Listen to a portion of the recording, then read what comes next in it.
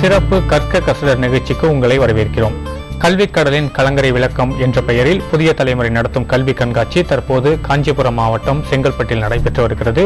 அங்கிருக்கும் நம் செய்தியாளர் அபிநயா மாணவர்களின் கேள்விகளோடு இன்னும் சற்று நேரத்தில் நம்மோடு இணையவிருக்கிறார்.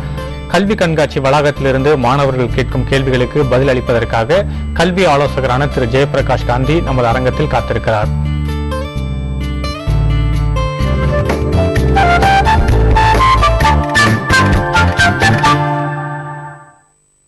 கல்விக் கடலின் கலங்கரை விளக்கம் என்ற பெயரில் தமிழகம் முழுக்க பல்வேறு நகரங்களில் கல்வி கண்காட்சியை நடத்தி வருகிறது புதிய தலைமுறை. இந்த கல்வி கண்காட்சி எந்தெந்த நகரங்களில் எந்தெந்த தேதிகளில் நடைபெற உள்ளது என்பதை இப்போது பார்க்கலாம். காஞ்சிபுரம் மாவட்டம் செங்கல்பட்டில் மே மாதம் 23, 24 மற்றும் 25 ஆகிய தேதிகளில் ஸ்ரீ கிருஷ்ணா மகாலில் கல்வி கண்காட்சி நடைபெற்று வருகிறது. திருநெல்வேலியில் உள்ள பாளையங்கோட்டை நூற்றாண்டு நினைவு அரங்கத்தில் மே மாதம் 24, 25 மற்றும் 26 ஆகிய தேதிகளில் கல்வி கண்காட்சி நடைபெற உள்ளது. விழுப்புரத்தில் சென்னை பிரதான சாலையில் உள்ள ஆனந்தா மகாலில் மே 31, ஜூன் 1, ஜூன் 2 ஆகிய தேதிகளில் நடைபெற இருக்கிறது.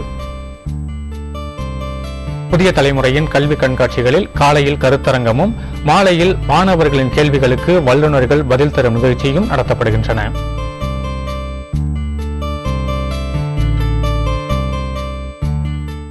காஞ்சிபுரம் மாவட்டம் செங்கல்பட்டில் ஸ்ரீ கிருஷ்ணா மகாலில் புதிய தலைமுறையின் கல்வி கண்காட்சி நடைபெற்று வருகிறது. கண்காட்சி அரங்கத்தில் இருக்கும் நம் செய்தியாளர் அபிநயாவிடம் பேசுவோம். அபிநயா, தற்போது கல்வி கண்காட்சி எப்படி நடைபெற்று வருகிறது? மாணவர்களின் வரவேற்பு எப்படி இருக்கிறது? அதாவது கலந்து இன்னைக்கு அதாவது இந்த சமயம் மாணவர்களுக்கு ரொம்ப முக்கியமான சமயம். ஏன்னா 12ஆம் வகுப்பு அவர்களோட முடிவுகள் வெளிவந்து அவர்கள் எந்தெந்த படிப்புகளை தேர்ந்தெடுக்கலாம் அப்படின்ற ஒரு தெளிவு இல்லாம குழப்பத்தோடு இருக்க ஒரு சமயம் அப்படின்னு சொல்லலாம். அதனால இந்த சமயத்துல இந்த கண்காட்சி வச்சிருக்கிறதுனால மாணவர்கள் நிறைய பேர் இங்க வந்துட்டு இருக்காங்க. இங்க செங்கல்பட்டை சுற்றி இருக்கும் கிராமங்கள், அது மட்டும் இல்லாம காஞ்சிபுரத்தை சேர்ந்த வேறு சில கிராமங்களை சேர்ந்த மாணவர்களும் இங்க வராங்க. முக்கியமா இந்த கண்காட்சி தொடங்கப்பட்டது கிராமப்புற மாணவர்களுக்கு உயர்கல்வியை பற்றிய ஒரு தெளிவு இருக்க வேண்டும் என்ற ஒரு நோக்கத்துடன் தொடங்கப்பட்டது. அதன் அடிப்படையிலேயே கிராமப்புறத்திலிருந்து நிறைய மாணவர்கள் வந்திருக்கிறாங்க. அது மட்டும் இல்லாம திருவண்ணாமலை மாவட்டம், திருப்பரங்குன்றம் போன்ற மாவட்டங்கள்ல இருந்து மாணவர்கள் அவர்களுடைய சந்தேகங்களை இங்கு அமைக்கப்பட்டிருக்க இந்த அரங்கங்களில் அவர்களுடைய சந்தேகங்களை கேட்டு தெளிவு பெற்றுட்டு இருக்காங்க. இங்க இருக்க மாணவர்கள் வெறும் அதாவது அந்த கல்லூரிகள்ல இருக்க பல்வேறு படிப்புகள் பற்றியும், அது மட்டும் இல்லாம அவர்களுக்கு இந்த கல்வி கடன் பற்றிய சந்தேகங்கள் போன்ற அனைத்து சந்தேகங்களுக்கும் இங்க விளக்கம் அளிக்கப்பட்டு வருகின்றது. இங்க இருக்க மாணவர்களுக்கு காலை தாமரைக்கண்ணன் என்ற கல்வியாளர் கொடுத்த கருத்தரங்கத்திலும் இங்க இருக்க மாணவர்கள் பங்கு பெற்றாங்க. அவர்கள் அந்த கருத்தரங்கத்தை முடித்த பிறகு இங்க இருக்க அரங்கத்திலிருந்து இங்க இருக்க அரங்கத்துல அவர்களுடைய கல்லூரி பிரதிநிதிகளை நேரில் சந்தித்து அவர்களுடைய சந்தேகங்களுக்கு விளக்கம் பெற்றனர். கலாநிதி அபிநயா, இப்போது நம்முடைய அரங்கத்தில் இருக்கக்கூடிய கல்வி ஆலோசகர் ஜெயபிரகாஷ் காந்தி அவர்களிடம் கேள்விகள் கேட்பதற்காக மாணவர்கள் எந்த அளவிற்கு தயாராக இருக்கிறார்கள்? இங்க மாணவர்கள் நிறைய பேர் வரிசையில் இருக்காங்க கலாநிதி. முதல்ல நம்ம மாணவி பிரியங்கா நம்ம கிட்ட அவங்களோட சந்தேகத்தை கேட்கறதுக்கு தயாரா இருக்காங்க. இப்ப அவங்க கிட்ட கேட்கலாம். பிரியங்கா, இப்போ உங்களோட சந்தேகம் என்ன அப்படின்றத கேட்கலாம். எனக்கு ஈஸி எடுக்கிறதா இல்லாட்டி சிவில் எடுக்கிறதா ஒரே டவுட்டா இருக்கு. அதுக்கப்புறம் எது ஈஸியா இருக்கும்? மேக்ஸ் பத்தி எனக்கு ரொம்ப பயமா இருக்கு. ஏன்னா மேக்ஸ் நான் கொஞ்சம் போட மாட்டேன். அதனால எது ஈஸியா இருக்கும்? சிவிலா ஈஸியா? அது ரொம்ப கன்ஃபியூஸா இருக்கு. அதாவதுங்க, ஃபர்ஸ்ட் ஆஃப் ஆல் எது ஈஸியா இருக்கணும்னு நான் வாழ்க்கையில நான் அதை ஒத்துக்கவே மாட்டேன். எல்லா ஃபீல்டுமே எதுவுமே ஈஸின்னு சொல்ல முடியாது, எது கஷ்டம்னு சொல்ல முடியாது. எதுல வாய்ப்புகள், எதுல வளர்ச்சி அப்படின்னு தான் நம்ம பார்க்கணும். அப்படி பார்க்கும்போது ஃபர்ஸ்ட் ஆஃப் ஆல் நீங்க மேக்ஸ் டஃப்னு சொல்றீங்க. இன்ஜினியரிங் எடுத்தால மேக்ஸ் அண்ட் பிசிக்ஸ் உடைய அப்ளிகேஷன் தான். நீங்க எலக்ட்ரானிக்ஸ் ஈஸி எடுத்தாலும் சரி, ட்ரிபிள் எடுத்தாலும் சரி, மெக்கானிக்கல் எடுத்தாலும் சிவில், மேக்ஸ் இல்லாத இன்ஜினியரிங் சப்ஜெக்டே கிடையாது. அதுவும் ஆல்மோஸ்ட் 3 இயர்ஸ் வரைக்கும் மேக்ஸ் படிக்க வேண்டிய சூழ்நிலை எந்த சப்ஜெக்ட் எடுத்தாலும். ஸோ மேக்ஸ்ல நீங்க கண்டிப்பா உங்களுக்கு ஆர்வம் இருக்கணும். அந்த ஆர்வத்தை அதிகப்படுத்திக்கணும், கத்துக்கணும். அடுத்தது ஈஸியா பெட்டரா, ஈஸி பெட்டரா, சிவில் பெட்டரா அப்படின்னா ரெண்டுக்குமே வாய்ப்பு இருக்கு. பட் இப்ப நீங்க பாத்தீங்கன்னா எலக்ட்ரானிக்ஸ் அண்ட் கம்யூனிகேஷன் லெவல் ஓரளவுக்கு நம்ம சேச்சுரேட் ஆயிடுச்சு. ஈஸி படிச்ச மாணவர்கள் ஆல்மோஸ்ட் 90% மாணவர்கள் ஐடியில தான் பிளேஸ் ஆகிறாங்க. ஸோ நீங்க ஈஸி படிச்சா நம்ம ஐடியில பிளேஸ் ஆகிறதுக்கு மனதளவு நீங்க ப்ரிப்பேர் பண்ணிக்கணும். ஏன்னா நீங்க பாத்தீங்கன்னா நிறைய கல்லூரிகள் ஈஸி படிச்ச ஸ்டூடெண்ட்ஸ் வந்து ஐடில பிளேஸ் ஆறாங்க. அப்போ ஐடி கம்பெனிக்கு வேண்டிய அந்த திறமைகளை வளர்த்துக்கோங்க. சிவில் படிச்சா கேர்ள்ஸ் நிறைய பேருக்கு ஒரு இது இருக்கு, சிவில் படிக்கலாமா, கேர்ள்ஸ் தாராளமா படிக்கலாம், இன்னைக்கு ஆண் பெண்ணுக்கு நிகர். இப்ப சிவில் படிச்சா நான் வந்து என்ன சொல்லுவேன் அப்படின்னா, கண்டிப்பாக போஸ்ட் கிராஜுவேஷன் படிக்கிறதுக்கான அந்த வளர்த்துக்கோங்க அந்த திறமைகளை. ஏன்னா கேட் எக்ஸாம் ப்ரிப்பேர் பண்ணோம். வெறும் சிவில் படிச்சா உங்களுக்கு சைட் இன்ஜினியர் ஜாப் கண்டிப்பா இருக்கு, அதுல எந்த மாற்று கருத்தும் கிடையாது. பட் சிவில் படிச்சுட்டு போஸ்ட் கிராஜுவேஷன்ல பாத்தீங்கன்னா நிறைய படிப்புகள் இருக்கு. Earthquake engineering, structural, construction management, building science, information technology, environmental சைட்ல பண்ணலாம், டிரான்ஸ்போர்ட்டேஷன், வாட்டர் ரிசோர்ஸ், அதுக்கப்புறம் சப்ஸ்டான்ஷியல் மேனேஜ்மெண்ட் அண்ட் கன்ஸ்ட்ரக்ஷன். இந்த மாதிரி எவ்வளவோ நிறைய கோர்ஸ்கள் வர ஆரம்பிச்சிருச்சு. ஏன்னா டெக்னாலஜி சேஞ்ச் இருக்கு. ஸோ சிவில் படிச்சா பிஜி படிக்கிற அளவுக்கு உங்களுடைய ப்ரிப்பரேஷன்ஸை வந்து செகண்ட்ல இருந்து ஆரம்பிச்சுக்கோங்க. அதே போல பெரும்பாலான மாணவர்கள் கேட்கக்கூடிய கேள்வி வந்து, என்னுடைய கட் ஆஃப் மதிப்பெண்ணுக்கு இந்த கல்லூரி கிடைக்குமா, இந்த படிப்பு கிடைக்குமா அப்படின்னு சொல்லி பெரும்பாலான மாணவர்கள் கேட்கிறாங்க. ஒரு கல்லூரியையும் அதே போல ஒரு படிப்பையும் தேர்வு செய்வதற்கு முன்பாக அந்த மாணவர்கள் என்னென்ன விஷயங்களில் கவனம் செலுத்த வேண்டும்? இல்ல கண்டிப்பா சார், இந்த கட் ஆஃப் இந்த இது வந்து இந்த வருஷம் அண்ணா யூனிவர்சிட்டி மிக பிரமாதமாக வந்து அவங்க இணையதளத்திலே வச்சிருக்காங்க சார். எந்த ஒரு மாணவன் வந்து அவங்களுடைய அண்ணா யூனிவர்சிட்டி வெப்சைட்ல போய் www.annauniv.edu போய் அவங்களுடைய cut off Tamil Nadu engineering admissions 2013 போட்டு அதுல வந்து லாஸ்ட் இயர் கட் ஆஃப் போட்டீங்கன்னா போன வருஷம் அந்த கட் ஆஃப்க்கு என்னென்ன கல்லூரியில் கிடைச்சிருக்கு அப்படின்னு பார்க்கணும்.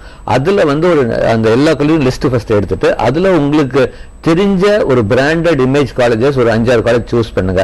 நேர்ல போய் பார்க்கணும், அங்க படிக்கிற பசங்கிட்ட பேசணும், ரிசல்ட் எப்படி இருக்கு, பிளேஸ்மெண்ட்ஸ் எப்படி இருக்கு, ட்ரைனிங் எப்படி இருக்கு, எந்த மாதிரி இண்டஸ்ட்ரீஸ் வந்திருக்காங்க, டீச்சர் ஸ்டூடெண்ட் ரேஷியோ எப்படி இருக்கு, பிஹெச்டிஸ் படிச்ச எம்இ படிச்ச டீச்சர்ஸ் வந்து இருக்காங்களா, அதுக்கப்புறம் வந்து ரிசர்ச் ஃபெசிலிட்டிஸ் டெவலப்மெண்ட்டுக்கு என்ன பண்ணிட்டு இருக்காங்க, இன்ஃப்ராஸ்ட்ரக்சர்ல நியூ லேட்டஸ்ட் ஃபெசிலிட்டிஸ் என்ன ஆட் பண்ணிருக்காங்க, இது எல்லாம் நம்ம ஆய்வு செஞ்சுட்டு சொல்லலாம் சார். நிறைய டைம் இருக்கு, ஸ்டூடெண்ட்ஸ் ஒரு 2 காலேஜ்ல போறதுக்கு தப்பே கிடையாது.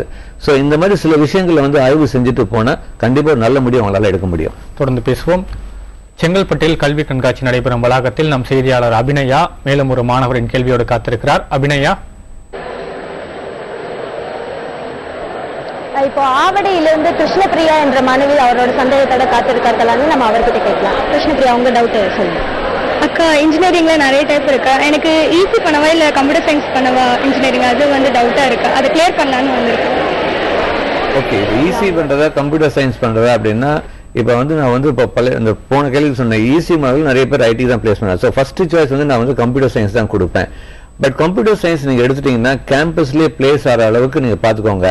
இன்னொன்னு நான் சொல்றேன், கம்ப்யூட்டர் சயின்ஸ் ஐடிக்கும் மிகப்பெரிய வித்தியாசமும் கிடையாது. கம்ப்யூட்டர் சயின்ஸ் பண்ணும்போது இண்டஸ்ட்ரிக்கு தேவையான எல்லா திறன்களும், அதாவது சாஃப்ட் ஸ்கில்ஸ்னு சொல்லுவோம் ஜெனரல் டேர்ம்ல, அதுவும் பிளஸ் இன்டெப்த் நாலேஜும் நல்லா புரிஞ்சுக்கோங்க. லேட்டஸ்ட் டெக்னாலஜி பத்தி கொஞ்சம் பேசிக் இன்ஃபர்மேஷன் தெரிஞ்சுக்கோங்க. உதாரணத்துக்கு லேட்டஸ்ட் லாங்குவேஜ் அப்படின்னு பாத்தீங்கன்னா ஆர் லாங்குவேஜ். இப்போ வந்து கிளவுட் கம்பெனில வந்து ஹேடூப், டேட்டா அனலிட்டிக்ஸ், இந்த மாதிரி எல்லாம் அடிஷனல் இன்ஃபர்மேஷன், பேசிக் இன்ஃபர்மேஷன் கொஞ்சம் கலெக்ட் பண்ணியிருந்தா உங்களுக்கு ஜாப் கிடைக்கிறது ஈஸியா இருக்கும். இனிமேல் வந்து நான் டிகிரி வச்சிருக்கேன், மார்க் வச்சிருக்கேன், ஜாப் கிடைக்குமான்னா அது வந்து ரொம்ப கஷ்டம். நிஜமாவே உங்க திறமையை வளர்த்துக்கணும். நம்மளுடைய டெக்னாலஜிக்கும் நம்மளுடைய சிலபஸ்க்கும் கேப் வைடன் ஆயிட்டு இருக்கு. யார் அது ஷார்டன் பண்றாங்களோ அவங்களுக்கு வேலை வாய்ப்பு நல்லா இருக்கு. கம்ப்யூட்டர் சயின்ஸ் ஐடிக்கும் வாய்ப்புகள் நல்லா இருக்கு. தயவு செய்து ஒன்று நல்லா புரிஞ்சுக்கோங்க, கம்ப்யூட்டர் சயின்ஸ் ஐடி எடுக்கும்போது நல்ல கல்லூரியை தேர்ந்தெடுக்கவும், அந்த கல்லூரியில பிளேஸ்மெண்ட்ஸ் எந்த மாதிரி ஐடி கம்பெனிஸ் எல்லாம் வராங்க அதை பார்த்துட்டு சூஸ் பண்ணீங்கன்னா கண்டிப்பா வேலை வாய்ப்பு நல்ல பிரகாசமா இருக்கு. தொடர்ந்து பேசுவோம். நம் செய்தியாளர் அபிநயா அடுத்த மாணவரின் கேள்வியோடு காத்திருக்கிறார். அபிநயா,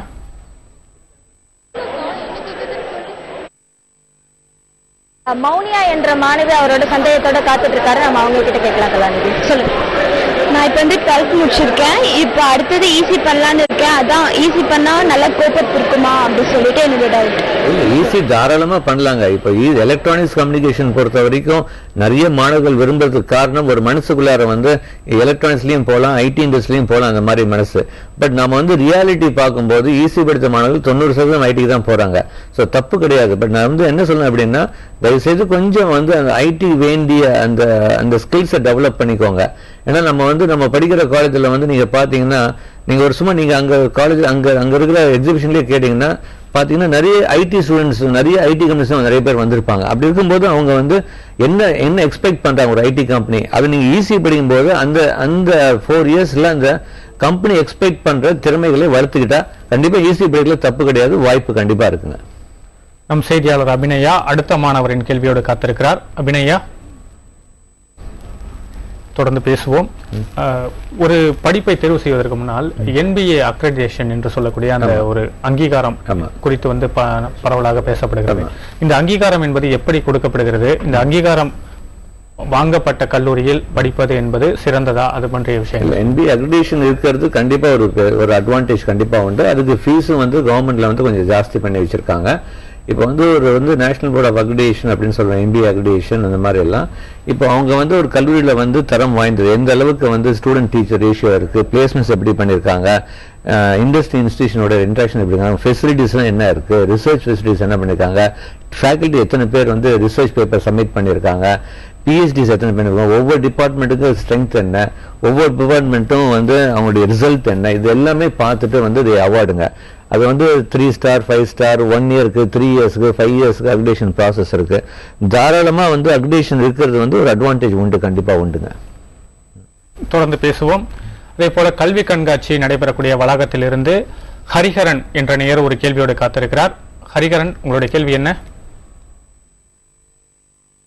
என் பேர் கோகுலகிருஷ்ணன். எனக்கு பயோமெடிக்கல் இன்ஜினியரிங்கும் பயோடெக்னாலஜிக்கு என்ன டிஃபரன்ஸ் தெரிஞ்சுக்கணும். ரைட். பயோமெடிக்கலுக்கும் பயோடெக்னாலஜிக்கும் மிகப்பெரிய வித்தியாசம் இருக்கு. பயோடெக்னாலஜி வந்து ரிலேட்டட் வித் வந்து ஜெனட்டிக்ஸ் ரிலேட்டடுங்க. இது வந்து உங்களுக்கு வந்து பயோமெடிக்கல்ங்கிறது purely related to electronics medical equipments பத்தி படிக்கிறதுங்க. இப்போ வந்து நீங்க பயோமெடிக்கல் படிச்சீங்கன்னா நிறைய ஈவன் ஐடி கம்பெனிஸ் வந்து மெடிக்கல் படிச்சுங்க, அவங்க பயோமெடிக்கல் வந்து ரெக்ரூட் பண்றாங்க. இப்போ வந்து நிறைய வந்து ஹெல்த் கேர் வந்து இட்ஸ் பிகமிங் வெரி இம்பார்ட்டன்ட். இப்போ வந்து நம்ம பாத்தீங்கன்னா நிறைய இன்ஸ்ட்ருமெண்ட்ஸ் இப்போ வந்துருச்சு. இப்போ நாமளே பிளட் பிரஷர் பார்த்துக்கலாம், சுகர் பார்த்துக்கலாம், இந்த மாதிரி எக்யூப்மெண்ட்ஸ் இதெல்லாம் மெடிக்கல் ரிலேட்டட் எலக்ட்ரானிக்ஸ். ஸோ பயோமெடிக்கல்ல வந்து நீங்க வந்து உங்களுடைய நீங்க வந்து electronics instrumentation subjects almost relate ஆகும். மெடிக்கல் எக்யூப்மெண்ட்ஸ் மேனுஃபேக்சரிங் அந்த டெக்னாலஜி ரிலேட்டடா இருக்கும். தாராளமா அதுக்கும் வாய்ப்பு இருக்கு. பயோடெக்னாலஜிங்கிறது ரிசர்ச் ஃபீல்டு. வெறும் பிடெக் கூட நிறுத்தாதீங்க. எங்களுடைய அட்வைஸ் பயோடெக்னாலஜி எடுத்தீங்கன்னா பிடெக், எம்டெக், PhD அளவுக்கும் போற அளவுக்கு உங்களுடைய இதுக்கு படிப்பு தொடரணும். அடுத்தது வெளிநாடுல போறதுக்கும் வாய்ப்பு இருக்கு. வெளிநாடுல போய் படிக்கிறதுக்கு அந்த வேண்டிய GRE TOEFL எக்ஸாமும் அந்த ரிசர்ச் ரிலேட்டட் வந்து பேப்பர் பிரசன்டேஷன் செமினார் எல்லாமே நீங்க பண்ணினாலும் வாய்ப்பு ஜாஸ்திங்க. ஸோ பயோடெக்னாலஜிங்கிறது மோர்லி ரிசர்ச் ஓரியன்ட். பயோமெடிக்கல் வந்து regular technology, electronic instrumentation control subjects வந்து ரிலேட்டாக இருக்கணும். நல்ல கல்வி தேர்ந்தெடுங்க, தப்பு கிடையாதுங்க. அதே போல செங்கல்பட்டில் கல்வி கண்காட்சி நடைபெறக்கூடிய வளாகத்திலிருந்து ஸ்வேதா என்ற மாணவி ஒரு கேள்வியை முன்வைக்கிறார். அது என்ன கேள்வி என்று இப்போது பார்க்கலாம். என் பேரு ஸ்வேதா. நான் வந்து BSc மைக்ரோபயாலஜி படிக்கணும்னு ஆசைப்படுறேன். BSc மைக்ரோபயாலஜி படிச்சா என்னவாகலாம்? இப்போ நீங்க வந்து மைக்ரோபயாலஜி படிச்சீங்கன்னா வந்து மெயின் வந்து ஜாப் வந்து மெடிக்கல் லேப் டெக்னாலஜி, மைக்ரோபயாலஜிஸ்ட், அப்புறம் வந்து டைரி இண்டஸ்ட்ரீஸ்ல இது எல்லாருமே ஜாப் ஆப்பர்ச்சுனிட்டி இருக்கு. BSc மைக்ரோபயாலஜி மட்டும் நிறுத்தாம BSc மைக்ரோபயாலஜி முடிச்சுட்டு கூட வந்து நம்ம வந்து நிறைய கோர்சஸ் இருக்கு. ஃபர்ஸ்ட் சாய்ஸ் வந்து நான் வந்து MSc மெடிசினல் மைக்ரோபயாலஜி அப்படின்னு சொல்வேன். நிறைய மெடிக்கல் டீம் யூனிவர்சிட்டியில் இந்த கோர்சஸ் அவைலபிள். ஈவன் மெட்ராஸ் யூனிவர்சிட்டியில் கூட வந்து அந்த கோர்சஸ் அவைலபிள். BSc மைக்ரோபயாலஜி பண்ணிட்டு இல்ல நம்ம வந்து நிறைய பேருக்கு வந்து மெடிக்கல் படிக்கணும், டாக்டர் ஆகணும், அந்த ஆசை இல்லாம இருக்கு, மார்க் கம்மி ஆயிடுச்சு, அதனால நான் BSc மைக்ரோபயாலஜி எடுத்துட்டு அப்புறம் டெவலப் பண்ணா BSc மைக்ரோபயாலஜி படிச்சுட்டு MBA இன் hospital administration, health care sciences இந்த மாதிரி கோர்சஸ் வந்து அவைலபிள் இருக்கு. அது நீங்க எடுக்கலாம். இல்ல வந்து advance medical lab technology BSc முடிச்சுட்டு ஸோ PG கோர்ஸ் பண்ணீங்கன்னா வாய்ப்புகள் நல்லா இருக்கு. MSc மைக்ரோபயாலஜி பண்ண இருக்கு. பட் நான் வந்து கொஞ்சம் டிஃப்ரெண்டா சில சஜஷன்ஸ் கொடுத்துருக்கேன், தாராளமா பண்ணலாம். தொடர்ந்து பேசுவோம். அதே போல சசிரேகா என்ற மாணவி ஒரு கேள்வியை முன்வைக்கிறார். அது என்ன கேள்வி என்று இப்போது பார்க்கலாம். நான் வந்து கட் ஆஃப் வந்து இப்போ பயாலஜியில் வந்து 194.25 எடுத்திருக்கிறேன். எனக்கு வந்து இப்போ நான் வந்து BC ஹிந்து. எனக்கு வந்து மெடிக்கல் கிடைக்குமா இல்லை MBBS கிடைக்குமா இல்லை BDS கிடைக்குமா கவர்மெண்ட் கோட்டாலாம் டவுட்டாக இருக்கு. அது இல்லாமல் நான் வேற என்ன எடுத்தா நல்ல ஒரு ஸ்கோப்பாக மெடிக்கல் ஃபீல்ட்லேயே நான் நல்ல ஒரு ஸ்கோப் எடுத்து நான் ஃபீல்டில் போனால் நல்லா இருக்கும். ஓகே, 194.25 ஒரு BCA MBCA எஸ்சிங்களா அது சொல்லாம விட்டாங்க.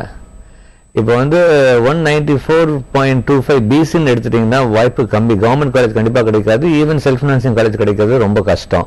ஏன்னா இந்த வருஷம் மிகப்பெரிய போட்டி இருக்கு. பயாலஜிலையும் பெர்ஃபார்மன்ஸ் நல்லா இருக்கு, கெமிஸ்ட்ரியும் நல்லா இருக்கு.